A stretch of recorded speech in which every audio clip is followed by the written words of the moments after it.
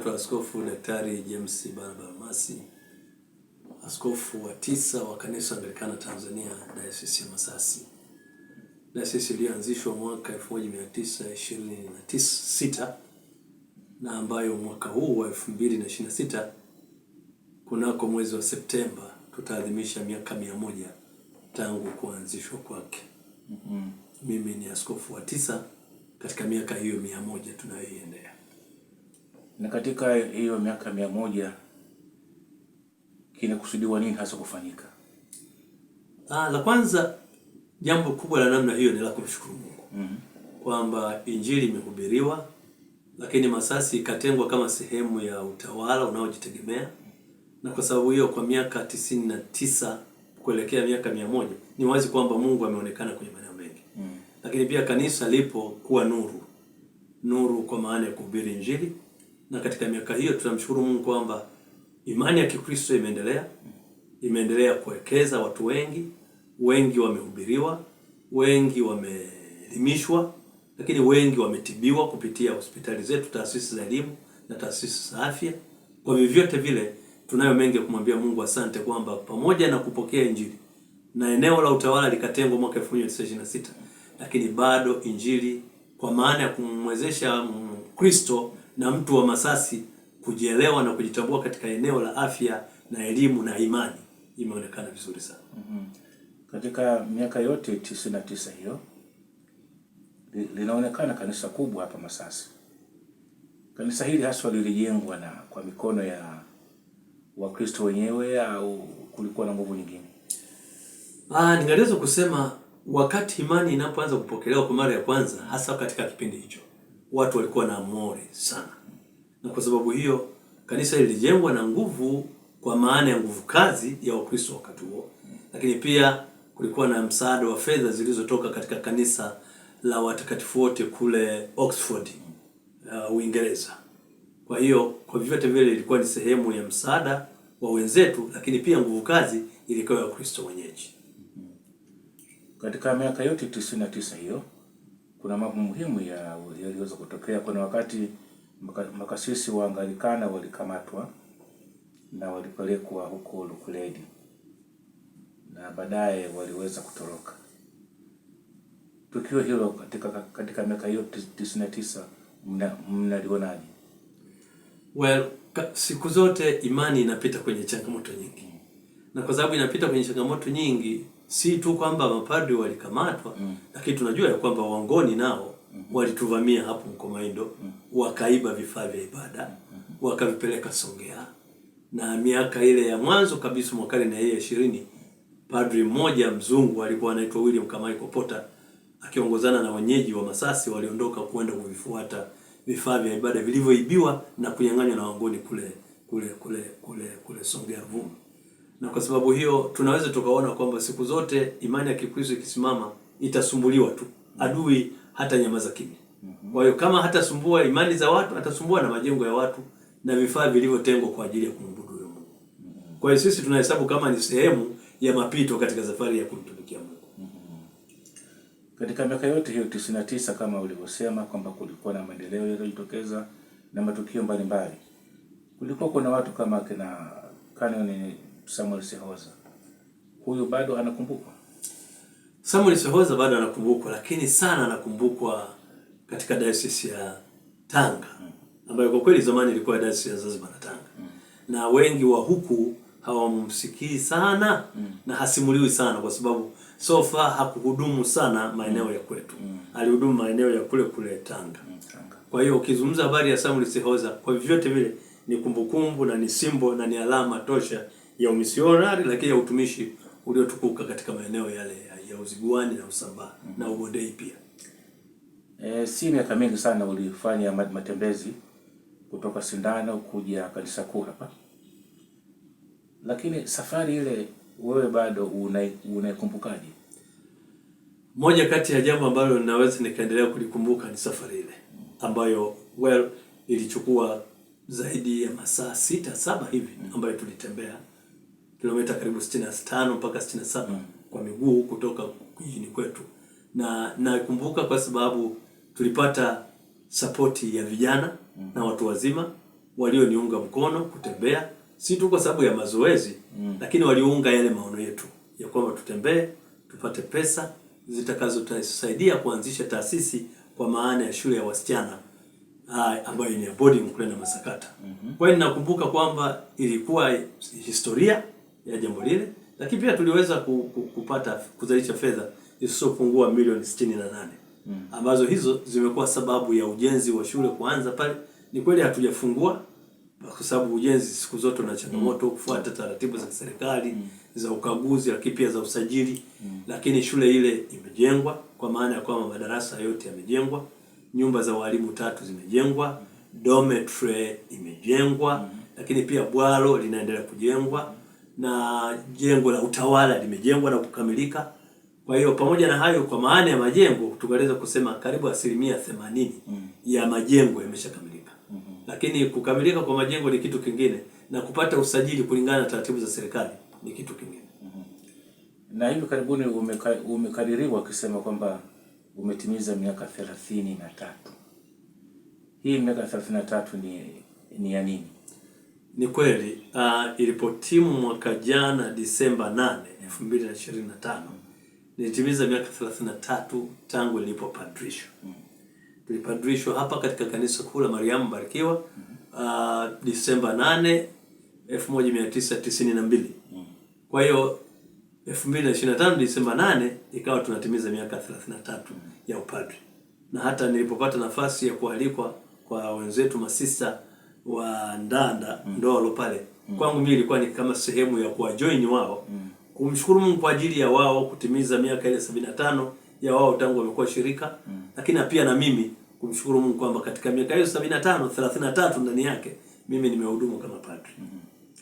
Shughuli za kichungaji katika diocese yako mpaka sasa unazionaje? Zinakwenda vizuri au zipo katika mashaka? Shughuli za kichungaji kwenye diocese yangu ningeweza kusema zinakwenda vizuri. Ingawa unapozungumzia vizuri, hukosi kuwa na changamoto. Moja kati ya malengo yetu tuliojiwekea wakati wa maadhimisho ya miaka 100 sisi kwa diocese, kwanza ni kuona namna ambavyo tunaweza tukatrain kuwasomesha waumini wetu katika elimu ya Mungu, theolojia, ili wapate kwa mapadri. Hili ningaliweza kusema tumefaulu vizuri sana. Kwa sababu mpaka mwaka jana tulikuwa na wanafunzi wasiopungua 21 wanaosoma vyuo mbalimbali nchini. Na hayo ni maendeleo makubwa. Huko nyuma hiyo ilikuwa ni ndoto. Lakini sababu na hilo, moja kati ya malengo yetu tunapoelekea kwenye miaka 100 diocese ilikuwa ni kuzindua mitaa mipya kwa maana ya parokia mpya. Mpaka jana tarehe 25 sikukuu ya kuongozwa kwa Paulo Mtume, tayari tumeshazindua parokia 11 kati ya parokia 14 ambazo tulipanga kwamba tuzindue. Katika mpango huo tumebakiwa na parokia moja itakayokuwa inaitwa Ngalinje kule Chiwata. Na sasa na katika hizo parokia zote kwa maana mitaa yote na parish hizo zote tayari tumewashawapeleka makasisi, mapadri wapo wanahudumu. Kwa hiyo kwa habari ya kazi za kichungaji na utumishi naamini tunakwenda vizuri. Katika swala zima la kujitegemea, waumini wana mwitikio gani? Kujitegemea yani kutegemeza diocese yao. Well, kujitegemea ni process. Na kwa kuwa ni process, ninaweza nikasema kwamba wanaendelea vizuri kulingana na uchumi walionao, lakini pia na elimu ambayo inaendelea kutolewa. Sisi kwenye kanisa letu na dayosisi yetu ni waumini wenyewe wanaowalipa posho mapadri wao. Lakini pia sasa kuna mwamko mkubwa kwamba hakuna padri yoyote ambaye anaendesha baskeli kama ilivyokuwa miaka 20 iliyopita. Sasa mapadri wote, ningeweza kusema wote, 100%, kila padri ana pikipiki. Na pikipiki hii hela yake haitokani na hela kutoka nje ya nchi au nje ya dayosisi yetu. Ni Wakristo wenyewe katika eneo husika. Mfano mzuri, juzi hapo Mlingura ni kanisa la kijijini, lakini katika miezi 4 wamechangishana pesa, wamepata milioni 3, wamenunua pikipiki, wamempa padri wao. Kwa hiyo huduma inaendelea. Kwa hiyo dhana ya kujitegemea tunakwenda nayo kwa kadiri ya kubarikiwa kwetu. Na katika shughuli za kijamii, Dayosisi ya Masasi katika kuwahudumia watu wake, hasa nguvu zake imeelekeza katika eneo gani? Dayosisi yetu ya Masasi katika kuwahudumia waumini na jamii ya watu wa Masasi imejielekeza zaidi sana katika maji, upatikanaji wa maji, lakini pia katika habari ya mifugo. Sambamba na hilo, katika mambo ya madawa kwa maana ya zahanati na vituo vya afya vya serikali, lakini pia kwa habari ya kilimo. Kwa hiyo sasa karibu miaka 30 kama sio 35, dayosisi yetu imehudumia sana wilaya ya Nanyumbu, imehudumia sana wilaya ya Nachingwea, imehudumia sana wilaya ya Ruangwa, imehudumia sana wilaya ya Nanyumbu, na sasa inahudumia sana wilaya ya Lindi vijijini katika halmashauri ya Mtama katika upatikanaji wa maji safi na salama, lakini pia yenye nia ya kutunza mazingira. Hiyo ndio mazingira yatuletee maji na kutotuletea ukame. Lakini pia kule Tunduru ambako kwa kweli Wakristo wetu ni minority, lakini sisi tupo kumhudumia mtu yani mwanajamii. Kwa hiyo kule tulikuwa tumebezi sana kwa habari ya mifugo na madawa katika zahanati zao, lakini pia na habari ya mbegu kwa ajili ya bustani na vitu vingine. Tulipokuwa huko Nachingwea tulijishughulisha sana na habari ya mifugo na habari ya kilimo. Kwa hiyo tungeweza kusema kwamba huduma za kijamii kwa sehemu kubwa tumebase sana katika habari ya mradi wa maji, lakini pia pamoja na kilimo na mifugo. Ndio maeneo haya ambayo kwa kweli tunajivunia kwamba tumeweza kwa kadri ya Mungu alivyotujalia kutransform maisha ya watu wengi na kuwapunguzia adha kubwa. Katika miaka ya nyuma dayosisi ya Masasi ilikuwa mbele sana katika kusisitiza au kutilia mkazo elimu. Kulikuwa na shule nyingi bora tu, zingine za shule za kati na kadhalika. Sasa hivi azma hiyo bado ipo? Azma hiyo bado ipo, ingawa ningeweza kusema unapozungumzia elimu Masasi unaweza kuzungumzia elimu kwa Masasi kwa ujumla wake. Kwamba nadhani ari ile tuliokuwa nayo miaka 30-40 iliyopita ya watu kuwa na bidii ya kusoma imeshuka kwa kiasi fulani, imeshuka. Lakini pamoja na kwamba imeshuka, sisi kama kanisa bado tunaona kwamba tuna wajibu wa kuendeleza kuwa na taasisi za elimu.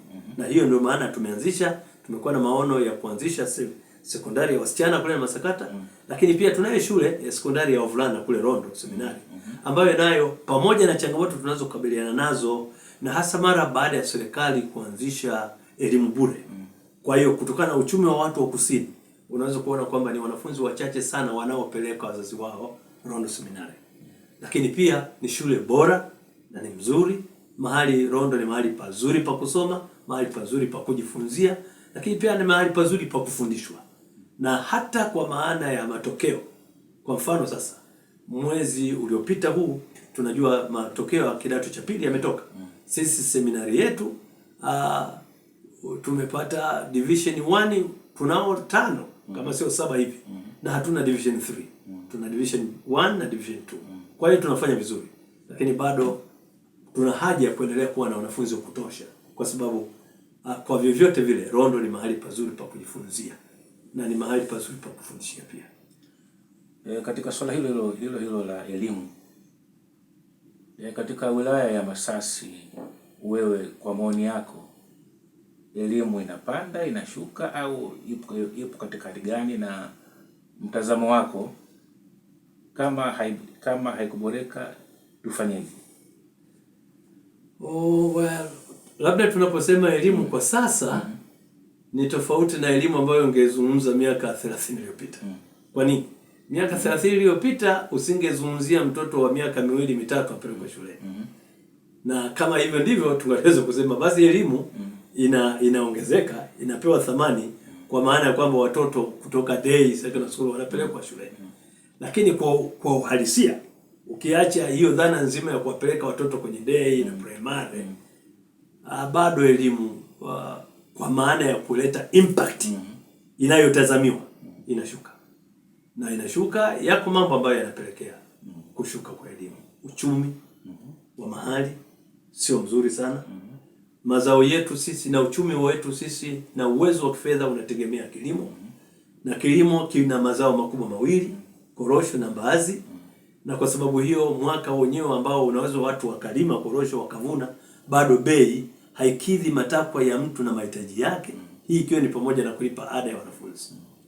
Na mbaazi bado nazo bei zake zote kwa mazao haya hayaridhishi. Na kwa sababu hiyo unaweza kuona kwamba bidii ya watu katika kilimo ni kubwa, lakini wanachokipata kutokana na kile walichokilima hakilingani. Katika swala zima la imani, maisha katika familia, ufungaji wa ndoa katika diocese yako ukoje?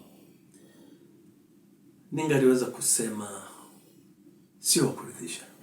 Zipo lakini sio kuridhisha. Sio kwa kasi ambayo kanisa lingeitazamia. Kwa sababu unaweza kuona kwamba katika kanisa wanaokuja ibadani wanakuwa wengi. Lakini wanaosogea kupokea Ekaristi ni wachache. Na ni wachache si kwa sababu hawakupokea komunio ya kwanza wala hawakupokea kipaimara, lakini kwa sababu wanaishi makunja. Na wanaume au wanawake ambao bado hawajabariki ndoa zao na sembuzi kufunga. Na kwa sababu hiyo nadhani kuna haja kubwa ya kuona namna ambavyo watu wanaweza wakafundishwa umuhimu. Na hapa nadhani changamoto nyingine ni hii kwamba lazima tuwaambie vijana wetu kwamba swala la mahusiano halibezi tu katika upendo. Hapana. Kwangu mimi mahusiano ni zaidi ya upendo. Kwangu mimi upendo huwa unaishaga. Ni kama vile umeweka gari kwenye petroli inaisha. Alafu utahitaji kwenda gereji kutia tena. Lakini vijana wetu wangeelewa kwamba yani mahusiano ni zaidi ya upendo, kwa maana ya kwamba yajengwe juu ya imani. Watu wakijengwa katika imani, upendo unakuja wenyewe tu. Lakini tukitangulia upendo kabla ya imani, kwa vyovyote vile hatufiki tunakokusudia. Ninaona hiyo kwamba watu hawaamui kufunga ndoa kwa sababu wamebezi katika kupendana tu. Kupendana ambako ndani yake huku imani haipo. Kwa hiyo kujibu swali lako ni kwamba bado habari ya ndoa kwa kanisa letu haipo kwa kasi ambayo ilitazamiwa. Sasa ni mkakati upi ambao mnafikiria kufanya? Hapa ni swala la kichungaji sana. Ni swala la uchungaji sana. Na uchungaji huo unaweza ukachukuliwa kidayosisi, lakini pia unaweza kuchukuliwa kwa maana ya jamii kujitambua. Watu wakitambua uhusiano wao na Mungu. Ni kama vile ningeweza kusema mtu anayeishi na mkewe au mumewe bila kubariki ndoa au kufunga ndoa anafananishwa na mtu ambaye anakula chakula bila kunawa. Ukisha kula chakula bila kunawa, maana yake huo ni uchafu. Kwa hiyo watu waelewe tu kwa ujumla wake kwamba vyovyote wanavyoona kufurahia mahusiano hayo, kama hawajafika madhabahuni wakabariki ndoa zao, wakapata baraka ya kanisa na baraka ya Mungu, wanakula chakula bila kunawa. Na kunawa hapa maana yake waje kanisani, wabariki ndoa yao, wafunge ndoa yao, wapate baraka za Mungu, Mungu awabariki. Huko ndiko kunawa. Sasa neno lako la mwisho kwa Wakristo wa diocese yako? Neno langu la mwisho kwa Wakristo wa diocese ya Masasi walio ndani na nje ya diocese yetu. Mwaka 2026 ni mwaka wa pekee kwetu. Mwaka wa shukrani, mwaka wa kuachilia, mwaka wa kumwambia Mungu ametupigania, ametupenda, tumeuona wema wake. Mpaka tunafika 2026 katika miaka 100 ya imani. Kama kanisa linalojitegemea, nadhani tuna sababu ya sio kujiinua, lakini tuna mawazo, tuna nia, lazima tuwe na mawazo ya kwamba tunamshukuru Mungu kwamba ametupenda, tumeliona kanisa likikua, tumeona mapadri wakisomeshwa, tumeona huduma za kijamii zikiendelea, tumeona watu wakibarikiwa, tumeona watu wakija kanisani wakiinuliwa. Kwa hiyo wito wangu ni kwamba tuendelee kujiandaa hata kwa yale ambayo yanaendelea kama sehemu ya matayarisho. Watu waendelee kujitayarisha hasa mioyo yao ili tuwe na mioyo ya shukrani. Ili fikapo tarehe 27 mwezi wa 9 mwaka huu 2026 tukutane katika viwanja hivi vya kanisa la Mariamu na Bartimayo Mtume, tuje kwa pamoja kumwambia Mungu, wewe ni Ebeneza, kwamba hata sasa umetusaidia.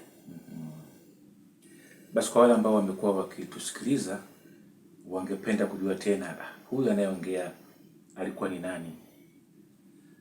Huyu ambaye amekuwa akitoa maelezo haya yanayohusiana na kanisa na diocese yetu ya Masasi ni Askofu Daktari James Barnaba Almasi, askofu wa 9 wa kanisa Anglikana Tanzania, diocese ya Masasi.